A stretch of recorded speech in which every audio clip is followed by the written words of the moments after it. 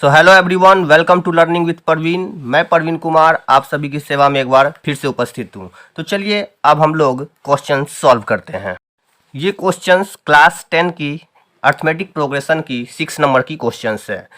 मैंने इसके 5 नंबर तक के क्वेश्चंस का वीडियो ऑलरेडी डाल दिया है। अगर आपने नहीं देखा है तो मैं उसका डिस्क्रिप्शन बॉक्स में लिंक दे दूंगा, आप वहाँ से जाकर उसे देख सकते हैं। तो आज हम लोग क्या करेंगे, 6 नंबर क्वेश्चंस को सॉल्व करेंगे। तो यहाँ मैंने कुछ क्वेश्चंस को इस प्रकार लिख लिया है। Check whether -150 is a term of the AP 11852। बोल रहा है कि चेक करिए कि -150 जो होगा वो इस एपी का कौन सा टर्म होगा। तो चलिए हम लोग इसको क्या करते हैं, सॉल्व करते हैं। तो यहाँ सबसे पहले सॉल्यूशन में कर रहा हूँ। सॉल्यूशन करने का कंडीशन में क्या होता है कि ये जो पहला टर्म्स होता है इसे हम लोग क्या बोलते हैं, फर्स्ट टर्म बोलते हैं। तो that mean first term is 11 and common difference जब आपको फाइंड आउट करनी होती है तो कॉमन डिफरेंस का टर्म्स क्या होता है, सेकंड माइनस फर्स्ट। तो 8 माइनस 11, देन आफ्टर 11 में से 8 चली गई तो 3 हो गए। अब हमको यहाँ ध्यान देना है कि जो बड़े वाले टर्म्स होते हैं इसके साथ जो भी साइन यूज हो रहा होता है वही साइन को हम लोग क्या करते हैं, आपके वैल्यू में ऐड करते हैं। तो यहाँ पर 11 के साथ माइनस का टर्म था तो 3 के साथ माइनस का टर्म ऐड हो गया। अब पूछ रहा है कि ये कौन सा टर्म्स होगा, जो कि ये 150 होगा। तो चेक करने का कंडीशन है तो आप उसे मान लेते कि वो टर्म जो होगा वो टर्म एक्स टर्म होगा या एन टर्म होगा। लेट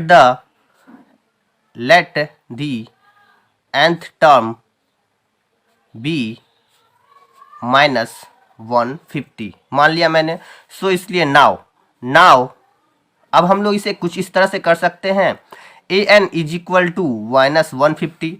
अब आपको टर्म्स जो है an की वैल्यू आपको पता है, a plus n minus 1 into d is equal to -150। Then after a की वैल्यू जो है वो आपकी 11 है, प्लस n आपको फाइंड आउट करनी है, एंड d जो है वो आपकी क्या निकल गई, -3 निकल गई है। Then after -150। अब यहाँ ध्यान दीजिए, ये 11 प्लस में उधर जाकर क्या होगा, माइनस में हो जाएगा। तो n-1 मैं इसे यहीं रहने देता हूँ, इज इक्वल टू -150 प्लस 11 इधर आकर -11 हो गए। अब यहाँ पर n-1 ये मल्टीप्लाई का टर्म्स है, इधर आकर क्या होगा, डिवाइड हो जाएगा। देन आफ्टर ये पहले ऐड हो जाएगी तो -1 161, 150 एंड 10 161 डिवाइडेड बाय -3, इसे ये कट आउट होंगे तो क्या हो जाएंगे, 3 5 जा 15 एंड देन 1 1 11। यानी कंडीशन कुछ इस तरह से हो गए कि यहाँ का जो टर्म्स है वो टर्म्स आपका क्या हो गया, ये कट आउट नहीं है। अब हम लोग इसे सॉल्व करते हैं। यहाँ पर ये कट आउट नहीं हो रही है तो इसे मैं पॉइंट्स में कर लेता हूँ। 3 5 जा 15, 11 3 3 जा 9, 2 3 6 जा 18, तो कुछ आपका 53.6 निकला।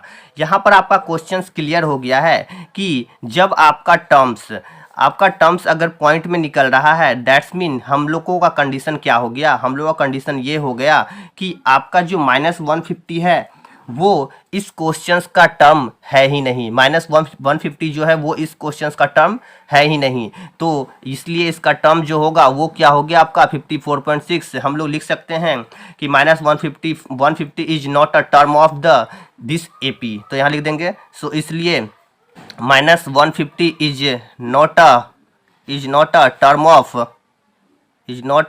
Of this AP answer. चलिए अब हम लोग इसके दूसरे क्वेश्चंस की ओर बढ़ेंगे।